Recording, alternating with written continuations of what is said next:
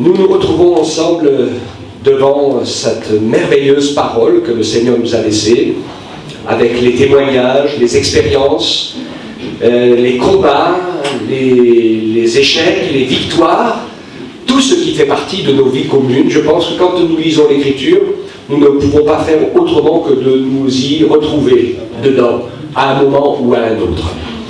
Alors en même temps, c'est encourageant, parce que nous savons que le Seigneur ne cesse pas de nous appeler, de nous parler, d'être à nos côtés. Et puis en même temps, c'est important pour nous de nous laisser fortifier, de nous laisser travailler par le Seigneur, par sa parole, et d'accepter de nous mettre à l'école de Dieu.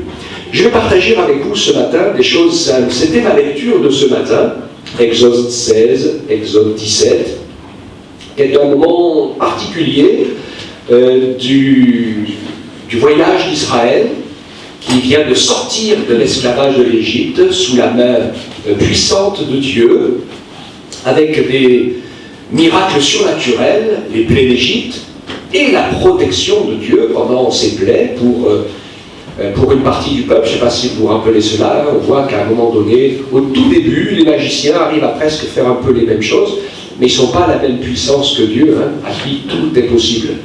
Et les choses vont avancer, puis à la fin, au fur et à mesure que les choses vont avancer, le peuple du Seigneur, qui obéit à la parole et aux directives, va être protégé par rapport aux jugements qui vont tomber, et je pense particulièrement à la Pâque, le sang de l'agneau versé et répandu sur les portes, sur le cadre des portes de la maison, qui fait que quand l'ange exterminateur est passé, eh bien, toutes les maisons qui avaient ce sang de l'agneau n'ont pas été touchées.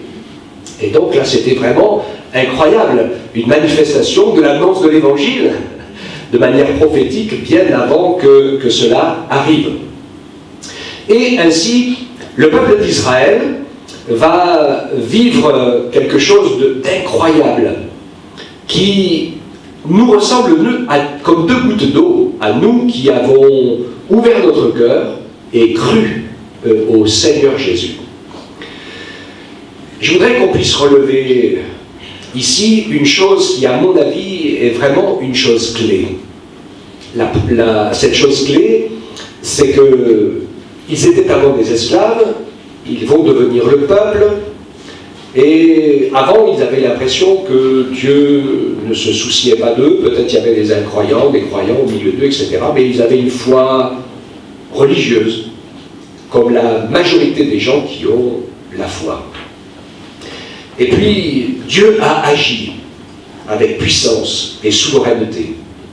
Et de gens, je veux dire, croyants, ou pas, en vivant et voyant la main de Dieu à l'œuvre, qui nous amène jusqu'à la marche dans le désert avec la nuée lumineuse d'un côté et ténébreuse derrière, avec l'armée de Pharaon, et qui va aller jusqu'à l'ouverture de la mer Rouge pour que le peuple passe à sec et que l'armée de Pharaon soit engloutie. Donc voilà, d'un côté ou de l'autre, on voit la puissance de Dieu. Et puis, l'étape que l'Écriture, si vous vous rappelez la mémoire de l'Écriture, Paul en parle, il dit ça, c'est une préfiguration du baptême au travers de l'eau. Et on peut dire qu'une fois que la mer s'est refermée, une nouvelle vie commence. Et cette nouvelle vie, elle commence dans le désert. Direct. Alors le désert est un endroit aride, comme son nom l'indique, où il n'y a apparemment pas grand-chose, mais ça, c'est pas tout à fait vrai. Le caractéristique du désert, c'est que c'est surtout un lieu où il manque d'eau. Parce que vous savez que si se met à pleuvoir dans le désert, il ne faut pas longtemps pour qu'il reverdisse de tous les côtés, parce qu'il y a des graines de partout qui sont là. Mais seulement, il n'y a pas d'eau. Dans ce désert, ils vont arriver à une première étape. Vous lirez tout le livre de l'Exode. Et la première étape, c'est que quand même dans le désert, en général, où il n'y a pas d'eau, la première chose qui nous arrive, c'est d'avoir soif. Et ils arrivent à un endroit où il y a de l'eau. Cette eau est imbuvable. Donc l'eau étant imbuvable, ils l'ont appelée Mara, eau amère, et il va y avoir quelque chose qui commence à poindre, et qui, bon, c'est humain, c'est qu'ils vont commencer à murmurer. Et tout le début de l'Exode, dans la marche dans le désert, on va voir que la présence du mot murmure est viscéralement attachée à la marche de ce peuple qui, par sa propre faute, va errer 40 ans dans le désert. Ce n'est pas de la faute de Dieu, s'ils ont erré 40 ans, c'est de la leur, puisque la majorité n'ont pas cru, n'ont pas voulu et n'ont pas franchi l'étape suivante. Il y a donc un problème qui est crucial et qui me concerne et qui nous concerne tous, c'est que quand on est né esclave, qu'on a grandi esclave, qu'on a un cerveau et des pensées qui sont formatés comme des esclaves, il faut un véritable miracle pour que ça commence à changer et qu'on passe de la mentalité d'esclave à la mentalité de fils et de filles de Dieu. D'accord? Quelle est la mentalité d'un esclave? Eh bien, un esclave, sa vie ne lui appartient pas. Il n'en est pas le maître. Et c'est son maître qui est maître de lui. Donc c'est de son maître qu'il reçoit ou pas la nourriture, c'est de son maître qu'il reçoit ou pas les bons traitements ou les mauvais traitements, la quantité ou la qualité du travail. Enfin, il ne s'appartient pas. C'est son maître qui le pilote. La Bible, alors je vais tout transférer dans le domaine spirituel. Ok? On fait l'effort et on transporte tout pour arriver au fait de, oui, la mentalité de l'être humain sans la régénération du Saint-Esprit est une mentalité esclave. Et quoi qu'il nous arrive, nous n'osons pas dire que c'est de la faute de Dieu, mais c'est certainement la faute de quelqu'un d'autre. Alors, je n'ai pas le temps de tout lire les textes ce matin, hein. Vous les regarderez en détail, surtout 16, le verset l'Exode 16, et vous verrez que le murmure attaque directement Moïse et Aaron.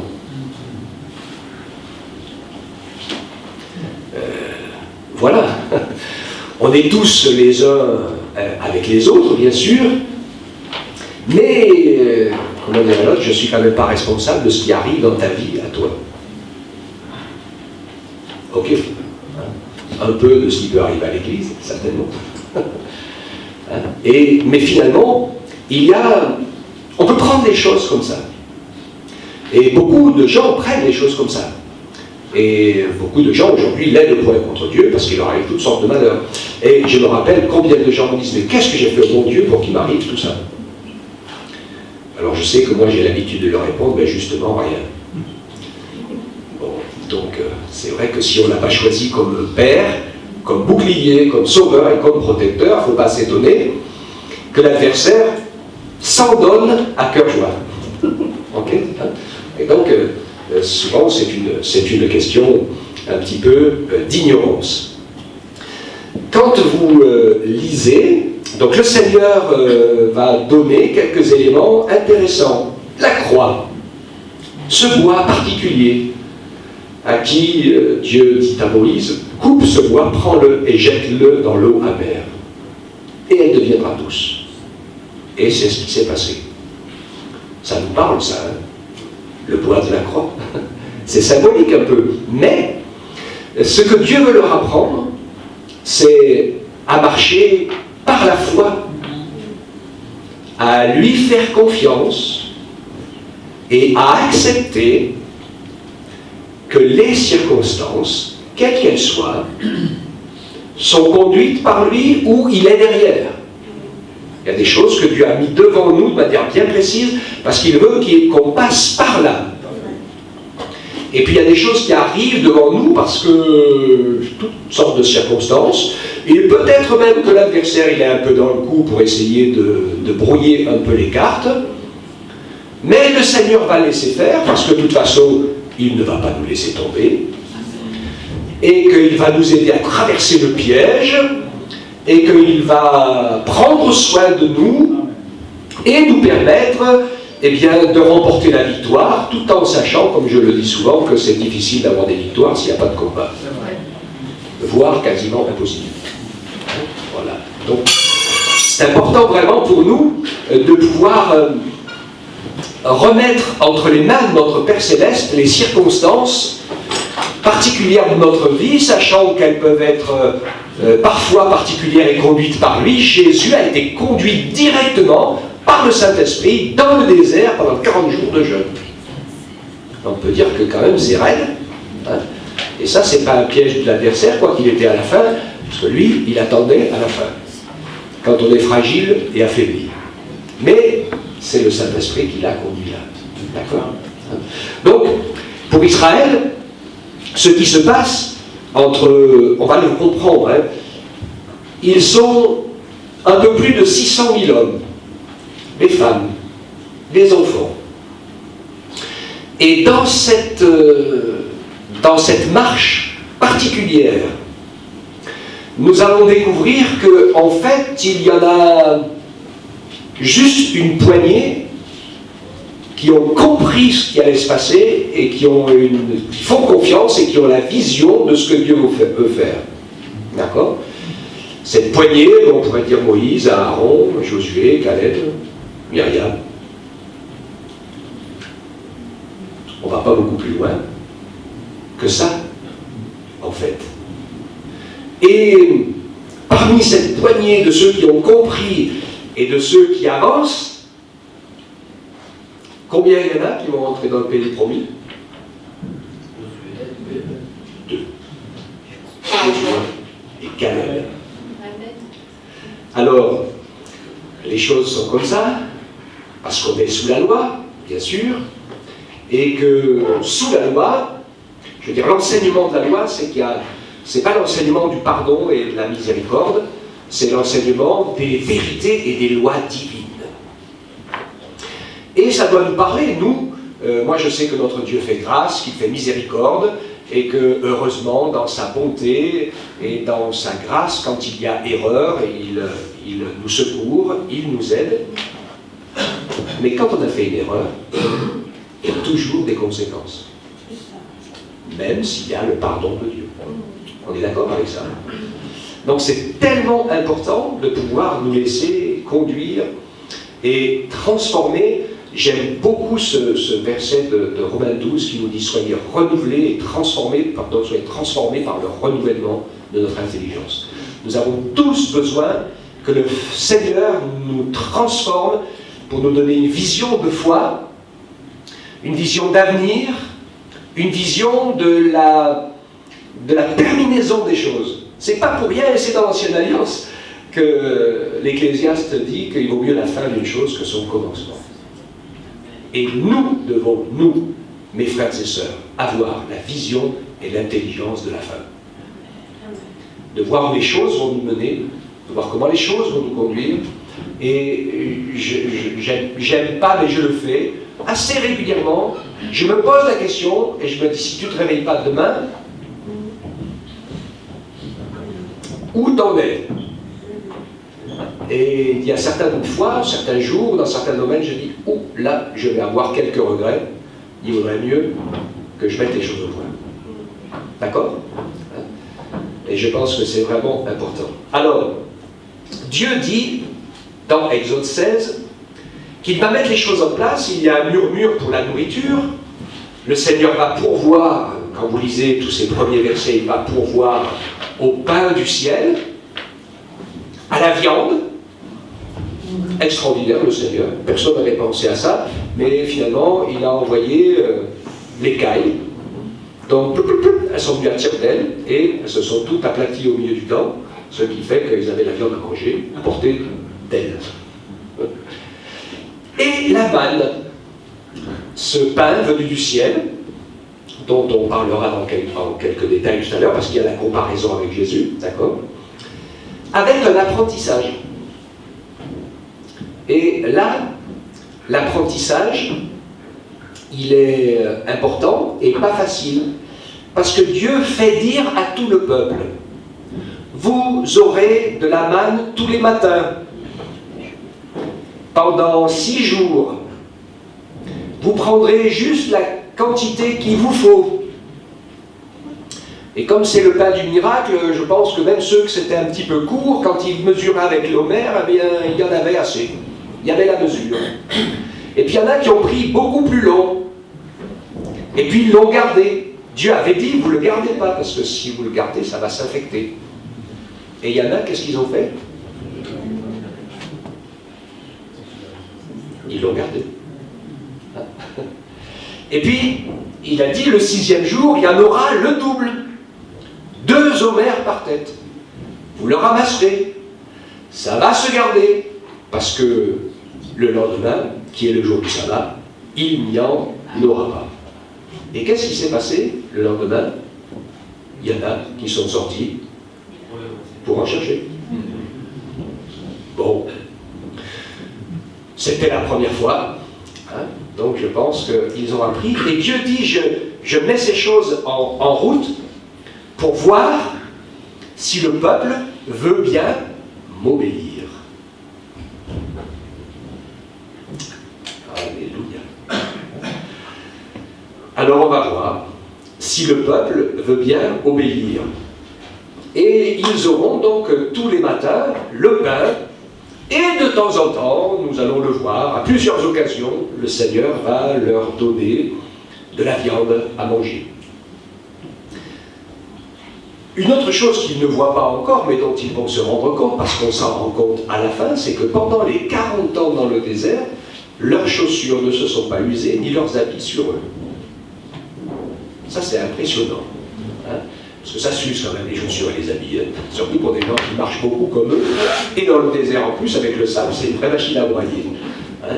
Donc, des fois, nous, avec on fait beaucoup de voitures, on arrive à garder des habits plus longtemps.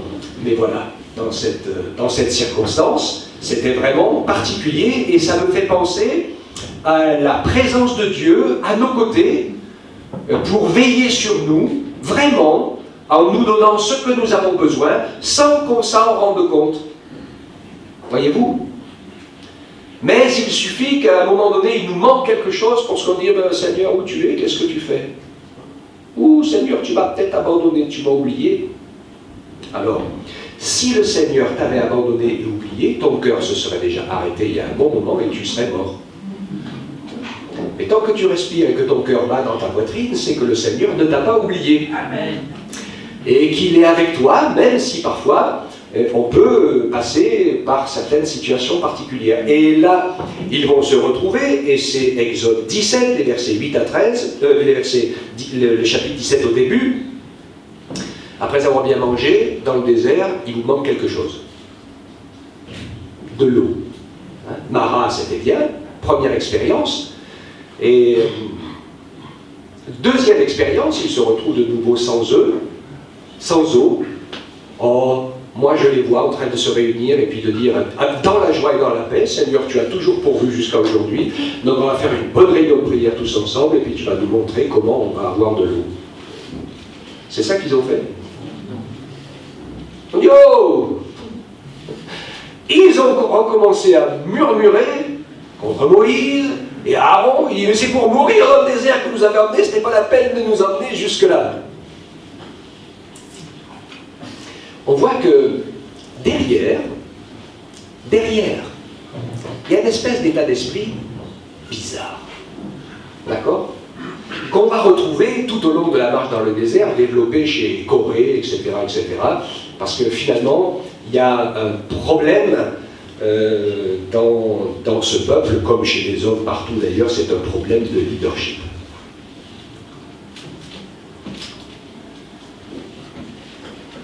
Que Dieu nous aide dans sa grâce, les uns les autres, parce que c'est ce que Dieu veut, que nous puissions trouver notre place pour le servir avec efficacité.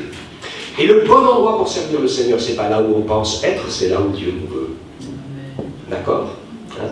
Mais comme ils n'arrivaient pas à changer de mentalité et qu'ils avaient toujours cette mentalité d'esclave, eh bien ils ont continué à penser que Dieu ou Moïse ou eh bien, était difficile, dur avec eux, puisqu'il ne leur donnait pas ce dont ils avaient besoin chaque jour et qu'ils se retrouvaient régulièrement en manque d'eau. On verra plus tard, parce qu'après 40 ans, ils n'ont pas mangé beaucoup de viande quand même. Donc, mais ils avaient quand même leur troupeau, il y avait des sacrifices. Je pense que personne n'est mort de faim, ni de soif, ni d'usure dans ces 40 ans dans le désert. Hein? Ils sont tous morts de leur murmure. Alors, on avance encore, parce que le Seigneur est un Dieu de grâce, et quand il manquait d'eau, eh bien c'est Exode 17, nous voyons que le Seigneur va dire à Moïse, prends ton bâton, va au rocher d'Horeb avec tous les anciens, et frappe le rocher, et il coulera du rocher de l'eau pour abreuver tout le peuple. Alléluia. Ça, c'est encore un symbole prophétique de la crucifixion. Jésus est le rocher. Rocher qui a été frappé pour nous, et qui, en étant frappé, eh bien, nous a donné à tous l'eau de la vie éternelle. Alléluia. Hein? Donc, évidemment qu'à l'époque, ils ne pouvaient pas le comprendre, mais Paul a écrit, hein, ces choses nous ont été écrites pour nous servir d'exemple, pour que nous ne péchions pas, nous aussi, par le même état d'esprit. D'accord?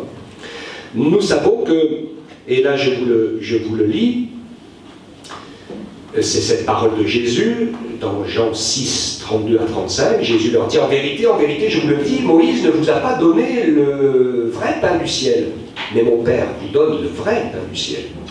Car le pain de Dieu, c'est celui qui descend du ciel et qui donne la vie au monde.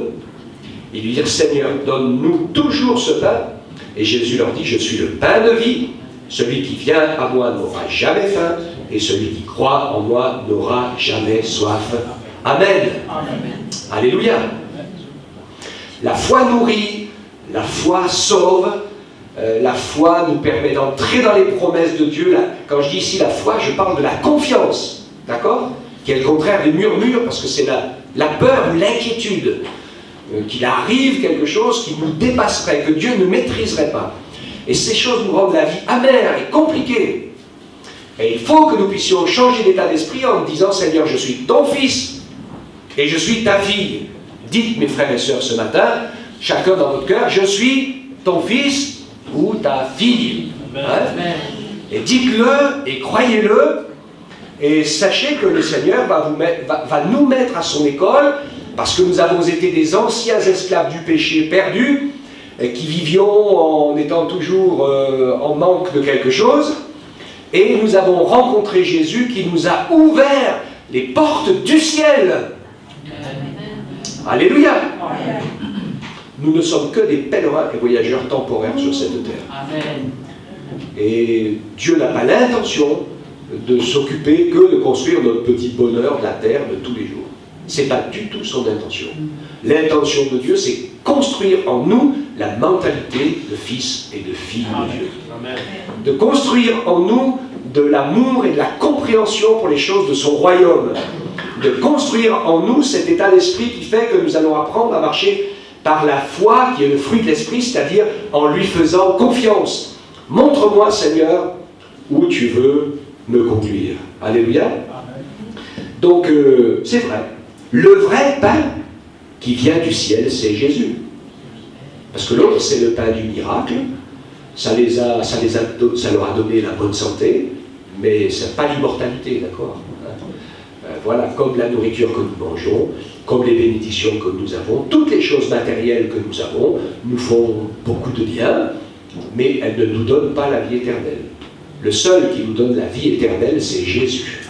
Parce qu'il a pardonné nos péchés à la croix, parce qu'il nous a réconciliés avec le Père, et parce qu'il nous a adoptés pour faire de nous ses fils et ses filles. Donc nous allons apprendre à lui rendre gloire, à le remercier, à le bénir pour son salut, et puis à lui dire, Seigneur, apprends-moi à te faire confiance, même si des fois j'ai l'impression que je vais marcher sur un terrain invisible, que je ne comprends pas, que je ne sais pas. Sachez que même le Seigneur permet que des fois nous nous trompions, que nous fassions des échecs.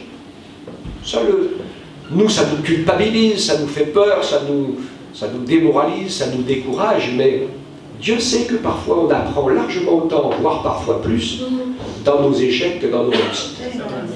Parce que quand on réussit, on ne sait pas trop d'où ça vient, mais en général, quand on a fait un échec, on comprend assez vite d'où ça vient. Et on essaye, par sa grâce, normalement, de ne pas refaire la même bêtise une deuxième fois. Ok?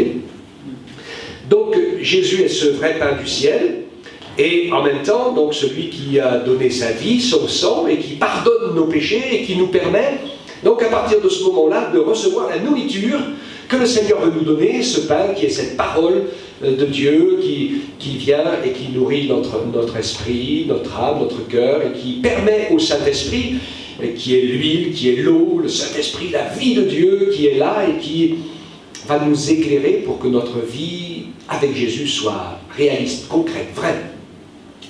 Alléluia. Et ma prière pour moi et pour nous les uns les autres, c'est que nous puissions vivre dans notre vie chrétienne, peut-être pas forcément tous les jours, mais assez régulièrement, des choses qui appartiennent à son royaume. Pas seulement le fait que notre vie s'en sort pas trop mal. Que nous retrouvons la santé après avoir été malade. Hein, comme celui qui attrape la grippe. On fait qu'un peu gripper, hein. Quand il soigne, ça met une semaine à guérir, et il ne soigne pas, ça met 8 jours. Mais bon, on finit par s'en sortir. Ça, c'est complètement secondaire. Vous savez que, je vous ai parlé de ce murmure pour l'eau, où le rocher a été frappé. Et puis juste, je vais vous donner un petit détail pour votre instruction, et qui est important, parce que dans le livre des Nombres, au chapitre 20, au verset 8, beaucoup plus tard, l'événement va se reproduire. Après qu'ils ont construit le tabernacle, les sacrifices, etc., l'événement va se reproduire, ils vont se retrouver dans un endroit où il y a pas d'eau. C'est encore un test. Où le Seigneur va voir, bon, est-ce qu'il murmure toujours? Ou est-ce qu'ils vont enfin faire une bonne réunion de prière dans la foi pour me demander comment il faut faire pour avoir de l'eau? Et apparemment, vous avez lu le texte, hein? Il murmure toujours. Ça va être embêtant. Ça va être embêtant parce qu'il va se passer un événement particulier. Restez concentrés, mes petites tomates. Il va se passer un petit événement intéressant et qui nous interpelle. C'est que Dieu va dire bon à Moïse, il va lui dire va et parle au rocher. D'accord? Oui. Est-ce que c'est ce qui va se passer? Il ne va pas se passer ça. Je pense qu'on vous a déjà prêché là-dessus. Pourquoi? Parce qu'à ce moment-là, eh bien, Moïse s'est mis en colère. Et il était en colère parce qu'il voyait qu'ils n'avaient pas compris. Encore, une deuxième fois, en se retrouvant devant la même situation. Et dans sa colère, Dieu lui avait dit, tu parleras au rocher, mais lui, il n'a pas réfléchi, il n'a pas écouté, il n'a pas fait attention, et vous savez que de nouveau, il a frappé le rocher.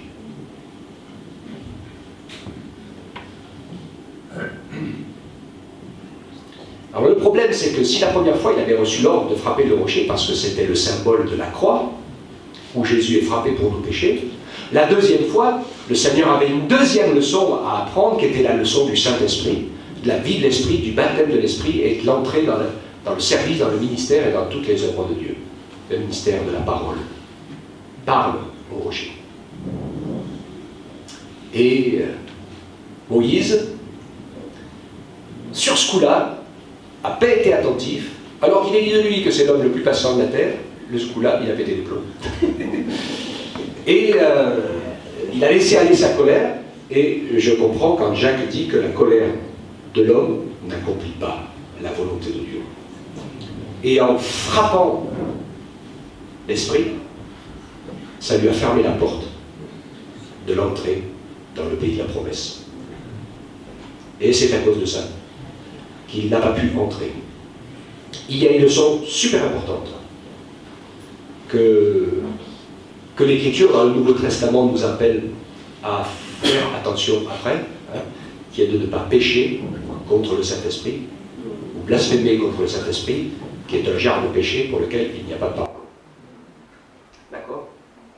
Et donc,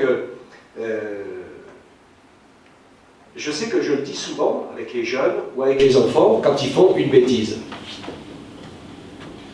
Et nous, ça nous arrive, les adultes, ça nous arrive de faire des bêtises aussi. Moi, ça m'est arrivé aussi. Ça m'arrive encore. Et ils me disent toujours, ah ben je ne l'ai pas fait exprès. Je suis complètement d'accord.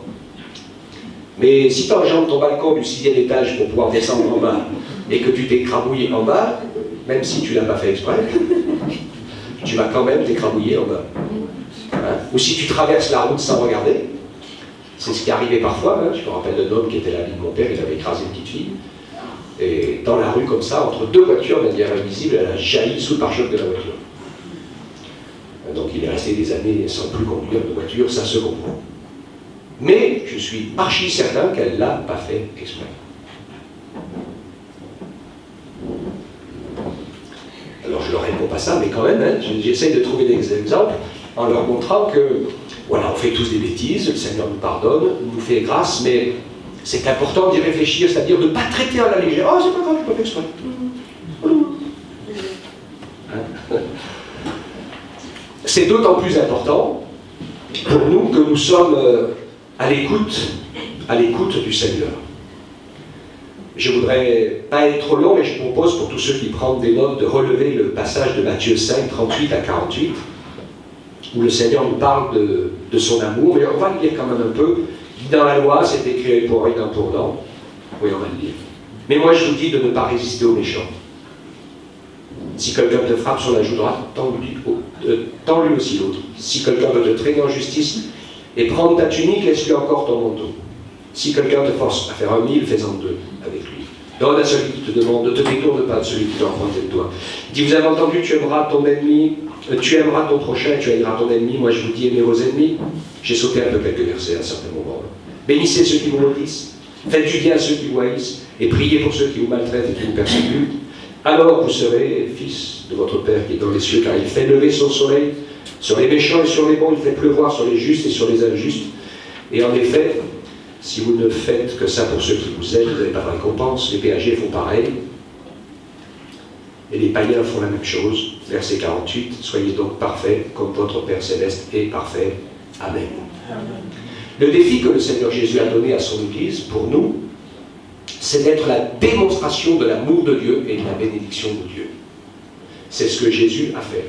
Il n'était pas la démonstration du jugement de Dieu, le Seigneur. Bien qu'il a dit des choses importantes, hein, parce qu'il a été la démonstration de l'amour de Dieu, il a guéri des milliers de gens, il a fait grâce dans plein de villes, c'était la fête dans toutes ces villes où il faisait grâce de manière extraordinaire, mais vous savez son discours de la fin. Jésus dit dans ces villes, malheur à toi, Chorazine, Bethsaïda, etc. Parce que si tous les miracles qui ont été faits au milieu de toi avaient été faits dans Sodome et dans Gomorrhe, il se serait repenti depuis longtemps en prenant le sac et la cendre. Et je sais que ça m'est arrivé à certains moments, pour certaines personnes qui se retrouvaient où on avait une discussion un peu serrée, et je dis ça gentiment, et qui dit, mais Dieu m'a béni, et Dieu m'a fait grâce.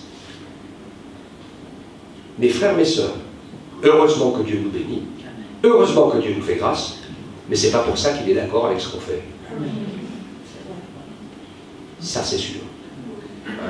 Comme nous, pareil avec nos enfants, on n'est pas d'accord quand ils font certaines choses ou certaines bêtises, mais ça n'empêche pas quand même qu'on leur offre toujours le toit, le gîte, le couvert, les habits, et qu'on prend soin d'eux, et qu'on essaie de leur apprendre pour ce qu'ils ont besoin d'apprendre, parce que notre intention à nous, c'est qu'ils deviennent plus grands et meilleurs que nous. J'espère que c'est ça. Hein.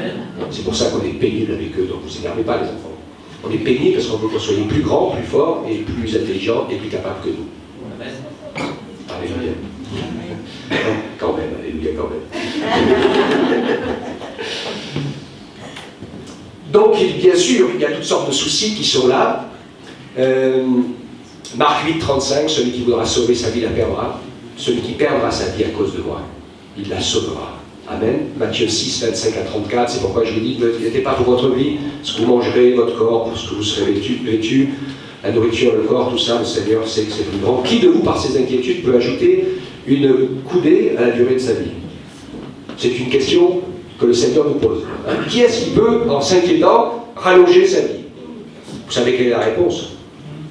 Si tu t'inquiètes, tu vas la raccourcir. Parce que les inquiétudes ne font pas du bien pour la santé. Verset 33, cherchez premièrement le royaume et la justice de Dieu, et tout le reste vous sera donné par-dessus. Ne vous inquiétez donc pas du lendemain. Le lendemain aura le soin de lui-même, à chaque jour suffit sa peine. Notre priorité, la priorité doit être, notre inquiétude de notre service et de notre vie doit être le royaume de Dieu. Parce que c'est à cela que nous sommes appelés pour l'éternité.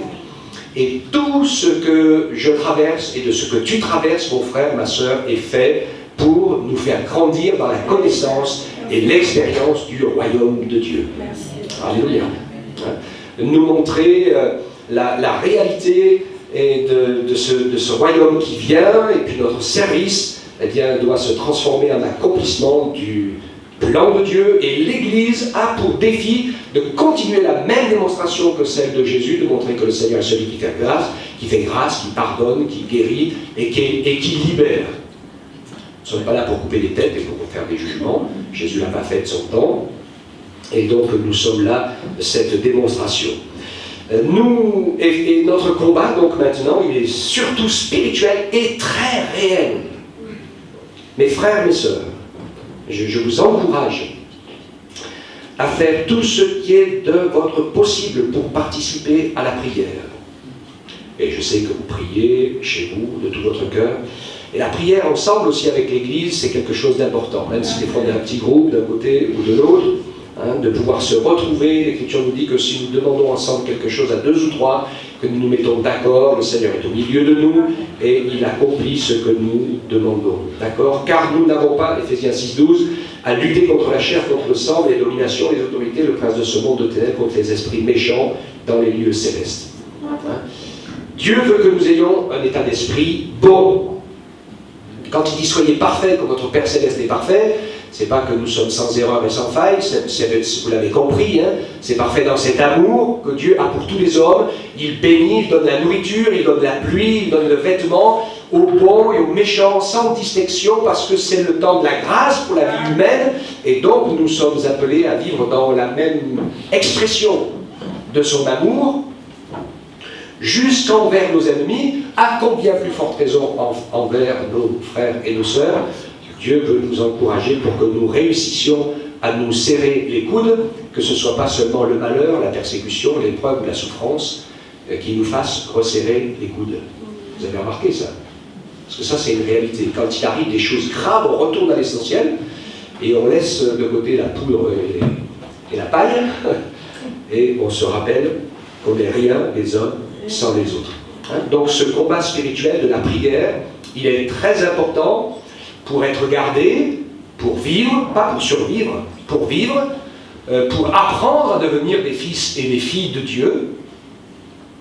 Et donc là, ça pourrait se contenter de nos petites prières individuelles les uns les autres. Mais il y a un autre défi, qui est celui de l'Église, et qu'il nous faut relever ensemble, c'est celui de la progression de son œuvre, de l'action du Saint-Esprit pour les perdus, que nous ne connaissons peut-être pas encore aujourd'hui et que nous voulons voir venir au Seigneur, et les clés qui débloquent ces portes et ces verrous de fer, c'est la prière ensemble. Sinon, on va se contenter de rester ensemble, tranquillement. Si on ne se met pas tous ensemble dans le combat. Amen. Amen. Donc Dieu veut nous encourager de ne pas nous laisser prendre dans le murmure. Alors vous allez me dire, mais on peut ne pas être d'accord sur certaines choses qui se passent, et c'est normal, et c'est bien. Et moi je vous invite et je vous encourage que s'il y a quelque chose où on a besoin de parler, eh bien faisons-le. Faisons-le avec l'état d'esprit de faire avancer le royaume de Dieu ensemble. D'accord? Pas dans l'état d'esprit de couper la tête à ceux qui gouvernent. C'est ça qui est important. Hein? En disant, oh, qui il est lui? Moi je suis rien du tout. J'ai jamais demandé d'être là. J'y suis par force. Et vous ne connaissez pas forcément mon témoignage. Hein? Mais le Seigneur, il a bataillé plus d'une année pour que je dise oui.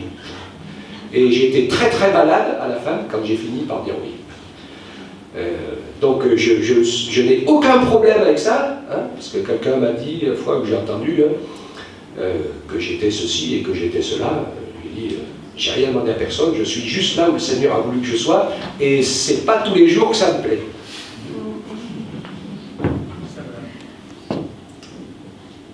Mais les choses sont comme ça, et il faut, et je me réjouis dans le Seigneur, ce qui me garde, hein, et il nous garde les uns les autres, et c'est vraiment important. Moi, si je sens que vous êtes avec moi, la main dans la main, et que vous me soutenez, vous pouvez me dire ce que vous voulez. On est d'accord? Il n'y a pas de souci, j'en ferai ce que je peux.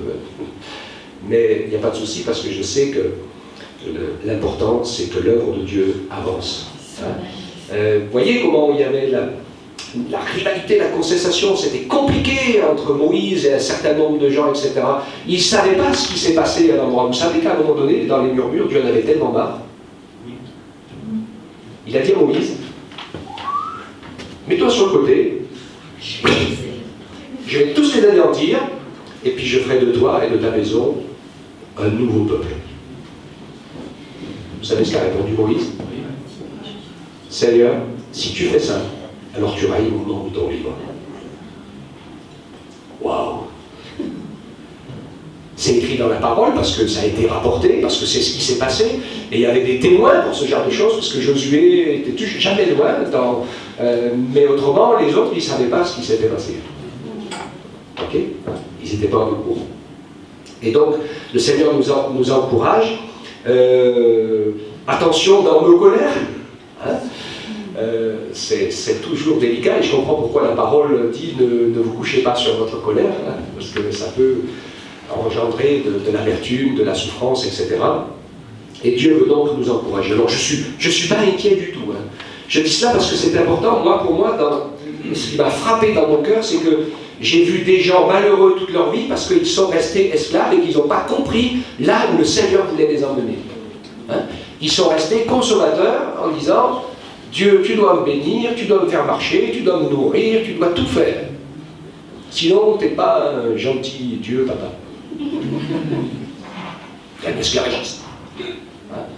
Et les autres, en fait, ils avaient compris qu'ils faisaient partie de la maison de Dieu, qu'ils étaient enfants et ils voulaient apprendre, découvrir les lois du royaume, et puis avancer, voir la main de Dieu, agir pour pouvoir ressembler à notre Seigneur.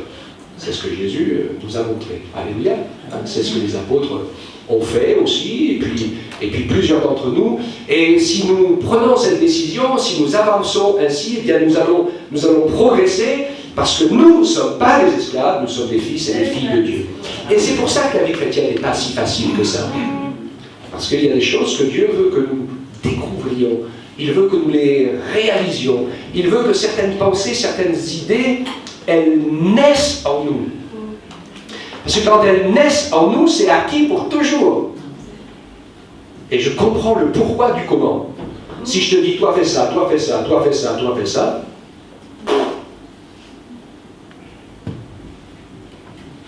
vous allez le faire ou pas? Et vous n'aurez rien compris, rien appris. Et discutez pour ça, parce que je sais qu'il y a des églises parfois où il y a des directives. Il faut que vous soyez là, il faut que vous fassiez ça, il faut que vous fassiez ci. Vous me connaissez bien, vous savez que je n'ai jamais été comme ça. Parce que je sais que si ce n'est pas compris, si ce n'est pas vécu de l'intérieur, si on n'est pas en train de le vivre avec joie, vous pouvez tous être là en disant oh, parce que le pasteur il a dit qu'il fallait qu'on soit là, et donc si on n'y est pas, ça va chauffer. Aux yeux de Dieu, ça, zéro. Les sectes aussi, ils font comme ça. Ils manipulent les gens et ils leur font faire ce qu'ils veulent. Mais c'est pas comme ça que le Seigneur nous apprend à marcher avec lui. Alléluia. Et le Seigneur va nous montrer, il va vous encourager, il va vous fortifier. Moi, ce que je dis ce matin, c'est que cet état d'esprit d'enfant de Dieu qui devient adulte, parce que souvent, malheureusement, on a tendance à rester enfant. Alors, nous sommes des enfants de Dieu appelés à régner. Et un enfant, c'est difficile de régner. À un moment donné, pour régner, il faut devenir parent. Okay? Et ce fait de passer au fait d'enfant de Dieu à devenir parent dans la foi, dans le service et dans l'œuvre, eh bien, c'est ce que je vous propose, moi, comme défi dans cette année, de pouvoir ensemble nous mobiliser pour attaquer le combat spirituel et pour qu'on puisse débloquer des situations et permettre à faire tomber les verrous pour que le Saint-Esprit puisse œuvrer, guérir, confirmer la parole, aller chercher des perdus pour les convaincre de péché. Moi, je l'ai remarqué, quand l'Église fait ça, ben, des fois on est à fond dans un chantier, à fond pour œuvrer, puis la bénédiction vient de l'autre côté. Enfin, peu importe, le Seigneur fait ce qu'il veut. La seule chose que j'ai remarqué, c'est que si on ne fait rien, il n'y a rien.